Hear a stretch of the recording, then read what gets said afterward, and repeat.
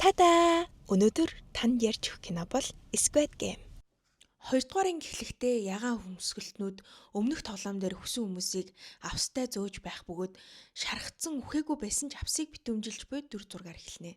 Тоглогчид өмнөх өрөөндөө ирсэн байх бөгөөд 456 сонгийн их бах найз 218 сануу болон 199-т баярлснаа хэлнэ. Гаднаас ягаан хувцснууд орж ирэх бөгөөд эхний тоглоомоо давсанд баяр хүргээд 201 хүн үлдсэнийг хэлнэ. 212 дугаартаа бүсгүй би мөнгөө заавал төлнө. Би хүүхэдтэй хүн нэрч өгч чадаагүй байгаа гэд өвдөг дээрээ сүгдэн алга хавсран нулимс туслуулан гууж эхлэхэд бусан ч гэсэн өшөө гэртээ хармаар байна гэлээ. Баган дээрээ дөрвөлжин дүрстэй байсан болохоор дөрвөлжин гэж явчих. Тэр хэлэхдээ бид та бүхнийг алах юм уу? Мөнгө авах гээгүй. Та бүхэнд боломж олгож байгаа юм гэхэд тоглогчдоос хүүхдийн тоглоом тоглуулад хүн ална гэдэг боломж гэж үү? Гэхэд дөрвөлжин энэ бол зөвхөн тоглоом гэхэд хүн алчгаад тоглоом гэж үү гэхэд дөрвөлжин тоглоомын дүрмийг зөрчсөн болохоор л хасагдсан. Тоглоомын дүрмийг дагуулсан мөнгийг аваад эндээс аюулгүй явж болно гэхэд мөнгө хэрэггүй зүгээр л явуул гуйж байна гэхэд дөрвөлжин тоглоомд оролцохыг зөвшөөрсөн маягтыг эхнээс нь дурдж эхлэв. 119 та нар ийм зүйл хийчгээд зүгээр өнгөрөхгүй цагдаа нар ор сургахгүй болсон хүмүүсийг хайгаад удахгүй энд ирэх болно гэхэд тэг 66 тийм ээ биднийг явуулахгүй бол гар утасны байршил тогтоогоод наашаа ирэх болно. Та нар дуусна гэхэд дөрвөлжин тоосон шинжгүй тааз руу будаж оролцогчдыг алхана. 218 сануу. Оролцогч нарын олонх нь санал нэгдсэн тохиолдолд тоглоомыг зогсоож болох заалтыг хэлээд санал хураалт эхлүүлэхийг хэлэхэд дөрвөлжин тоглоомыг зогсоох эсхтэр санал хураана. Үүнээс өмнө эхний тоглоомоос цугларсан шагналын санг танилцуулъягээд таазнаас мөнгөний гахаа руу мөнгөөр бороо оруулж эхэлнэ. Хасагдсан оролцогч бүрт 100 сая вон, хасагдсан хүний тоо 255 тул 25.5 тэрбум воны шагналын мөнгөний гахаад цуглараад байна. Та бүхэн тоглоомоос татгалзвал энэ мөнгийг хасагдсан оролцогч нарын арга иргэнхэнд өгнө. Та бүхэн мөнгө авахгүй буцнаа гэсэн үг. Бүх тоглоомыг дуусгаж ялсан тохиолдолд шагналын мөнгө 45 тэрбум 600 сая вон гэж хэлээд санал хураалтыг эхлүүлнэ. 456-аас эхлэн уруудах байдлаар санал хураалт эхлэх бөгөөд мөнгнөөс илүү амьдрал сонголтыг хийж мань хүн татгалзана. 453 саяхан л явуулаад өг болиё гэж өвдөглөн гууж байсан тэрээр мөнгийг сонгон тоглоомыг үргэлжлүүлэхийг зөвшөөрнө. 218 үргэлжлүүлэхийг сонгоно. Явуулж өгөхийг уриалсан 212 бүсгүй мөн үргэлжлүүлэхийг 369 119 тоглоомыг эсэргүүцэж байснараа татгалзах саналыг хийсэн. Энэ мэтээр санал хураалт явсаар санал тэнцэж тал дундаа ороход хүмүүс сандралтанд тоглоом үргэлжлүүлэх хэсгэд ам зүрэлдэж эхэлнэ. Эхэндээ явмаар байна гэсэн ч явсан ч там хөтнө гэх. Явах байр суурьндаа үнэнч байх. Хүн үргэлж сонголтоо тулдаг. Та байсан бол алийг нь сонгох байсан бэ? Комент хэсэгт үлдээгээрэй. Кинонд буцаад орцгоё. Дөрвөлжин залуу арчилсан үйл явцад саад болж буй альва үйлдэлийг зөвшөөрөхгүйгээд маргааныг таслав. Санал хураалт үргэлжилсээр 101 том булээр татгалцлаа. Тэг 67 охин зөвшөөрж байна. Санал 100 болон тэнцлээ. Сүүлийн ганц хүний саналаар бүх зүйл шийдэгдэх нэ. Нэг номерын зөнөх өвчтэй хөгшин хоньны насгүй үлдсэн өвөө аль сонголтыг хийх бол татгалцлаа. 100-100-ыг харьцаагаар тоглоом цэцлэгдлээ. Тоглоомыг үргэлжлүүлэх санал өгсөн хүмүүс бид эндээ үлдэн тоглоомоо үргэлжлүүлмээр байна гэхэд дөрвөлжин хэрэв та нарын олонх дахин оролцохыг хүсэж байвал хизээч хамаагүй тоглоомыг дахин эхлүүлэх боломжтой гэд тэднийг бүхээгтэй машинаар нүд гар хөлийг нь боогоод хагас нүцгэн зам дээр 2-2-оор нь өөр газар шидэв үлдээн. 218 болон 199-ийг хамттан буулгасан бөгөөд 199 гэрлүүгээ утсаар яриулахыг гуйхад 218-ийн утсанд шүүх цагдаа банк гэдэл баахан хэмжлэх заргын мэдээлэл ирсэн байх нь харагдана. Гисэн хэдий ч 199-ийг бэлэн хоолоор дайлж утсаар яриулаад зааж авахгүй болохоор аваад яв гэд унааны мөнгө өгөөд явуулав. 199 талархан үлдлээ. Сонг их баах цагдаагийн газар ирээд болсон бүхнийг цагдаад хэлэхэд цагдаа таны яриаг нэгтгэвэл нэг хүн тоглол хэдэн 10 тэрбум төгрөгийг өгнө гэхээр нь дагаад очтол гинт цэцэг дэлгэрлээгээд хүүхдийн тоглоом тоглуулад тэгээд хасагдсан хүмүүсийг буудаж алсан. Тэгэхээр нь та гармаар байна гэж хэлээд гарч ирсэн. Тэр хүмүүсийн царайг хараагүй бас хаана гэдгийг нь мэдэхгүй тийм бэз гэж баталгаажуулан асуув. Тийм гэхэд Танд асран хамгаалагч байгаа юу? Тусламж хэрэгтэй бол бид эмнэлэгтэй холбож өгч болно гэж хэлэхэд намайг худлаа ирсэн гэж бодоо юу? Чилээд тэдний өгсөн нэрийн хуудас энэ байна. Ийшээ залгаад үзэхэд болно гэд өгөв. Залгаад тоглоом тогломоор байна гэхэд хар өглөө хөр солиотой амтан минь юун тоглоом тэрийг PC-тэй очиж тоглол гэж харав. Их бахыг цагдаагийн газраас хөөж гаргахад дугаараа буруу хийгээ залгасан юм шүү гэдэл өөрийнхөө утаснаас залгаж үзтэл ашиглалтанд байхгүй дугаар байна гэхин тэрэ. Сон гихүү гэртээ ирэхэд хаалга онгорхой ээж нь байсангүй. Ээж рүүгээ залгахтал утас нь холбогдох боломжгүй байна гэхэд ээжигээ хайхаар гарахтаа сонуу ээжигээ алсаас харан зогсож байхдаа таарлаа. Гихүүн түүнд чи мундаг юм чин мөнгийг бол олж чадна. Ээжтэй бүгдийг хилээд шинээр эхлүүл гэхээ сануу 6 тэрбум юу? 600 сая гээгүй билүү гэд асуухад мэдэхгүй зүйл байгаа. Ээжийн дэлгүүр гэр гээд бүгд барьцаалагдсан. Гихүүний утас дуурав. Ээж нь имлэгт байгааг хэллээ.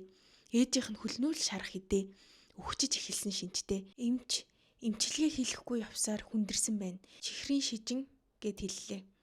Эмчлэх боломжтой юу гэж гихүү асуухад имлэгт хэвтээд эмчилгээ эхлүүлж биеийн байдлыг ажиглана. Хөлийг нь тайрж магадгүй гэж хэлв.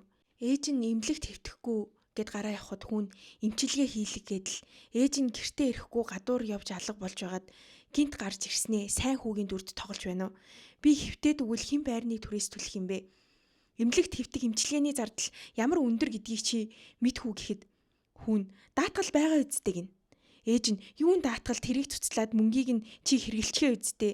Ухаан орооч гэд гуйна. Ээж нь ядарч байна, юммаар байна. Одоо болцгоё гэхэд гихүүн би мөнгө авчирнэ гэд үлдэв. Гихүүнийг цагдаагийн газар байхад ороод гарахдаа тоглоомын нэрийн хуудсыг хараад өнгөрсөн цагдаа ээжтэйгээ утсаар ярьж байна. За ах заримдаа холбоо барихгүй алга болж л байдаг. Зүгээр байхаа ахын байгаа газрыг мэдэж магадгүй хүмүүс рүү залгаад холбоо барьж чадахгүй бол ор сурггүй алга болсон гэж тэмдэглүүлье. Би ахыг олно. Та битгий санаа зовгино. Ахынхаа амьдардаг түрээсийн байранд ирэхэд түрээслэгч хичээ мэтгээр лав 7 хоног эзгүй байгаа болтой шүү. Өрөөнд нь ороод харахад тэрнээс ч утсан шинжтэй. Загсны ус нь ширхчихсэн байдалтай. Номын тавир дээр нэг бэлэг гимээр ягаан туцтай хар хайрцаг. Нэгэд үцтэл нөгөө нэрийн хуудас. Бас үр зээлэндээ баригдсан тоглоомд оролцогчдын нэг болтой. Нөгөө цагдаагийн газар очиод гийхэн ахын нэр гэрээ хаягийг мэдээд ав.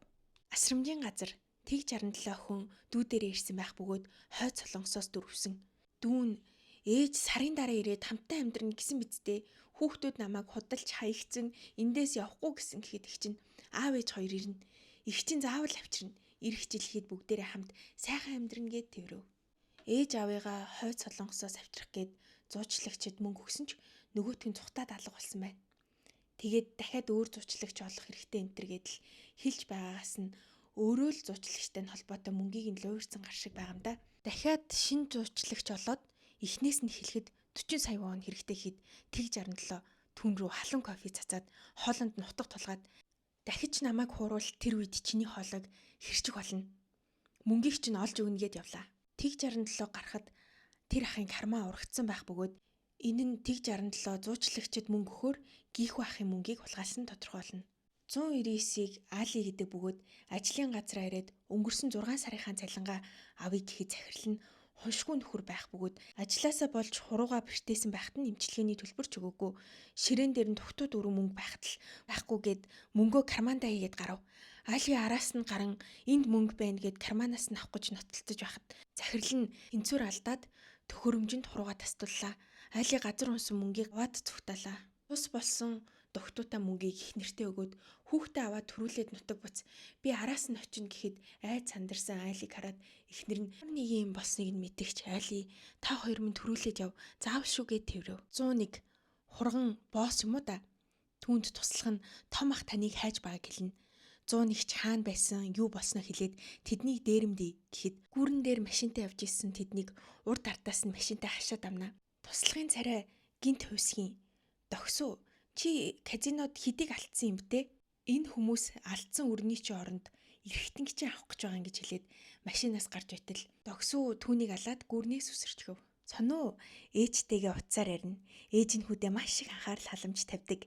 Ээжийнхээ амин эрдэнэ бахархлана гэдэг нь тодорхой харагдана.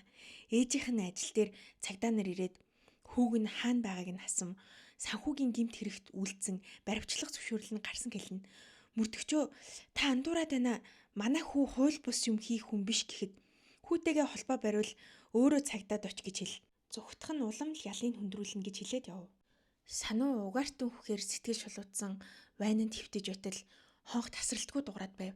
Мань хүн хаалган дээр очтол нөгөө нэрийн хуцыг хаалганы завсар үлдээгэж авсан байв. Энд хизээ хаана гэдгийг нь тусгасан байлаа. Гийхүүн найз дээр ирээд 3 сая вон зээлээч гэхэд найз нь найзууд хоорондоо мөнгө ярьдаггүй л гин. Ээжийн эмчилгээний зардал үнэхээр хэрэгтэй байна гэдгээ хэлээд байж отол найзынх нь ихнэр гарч ирээд яг одоор тамхи унтраа гэж аашлаад аваад орлоо.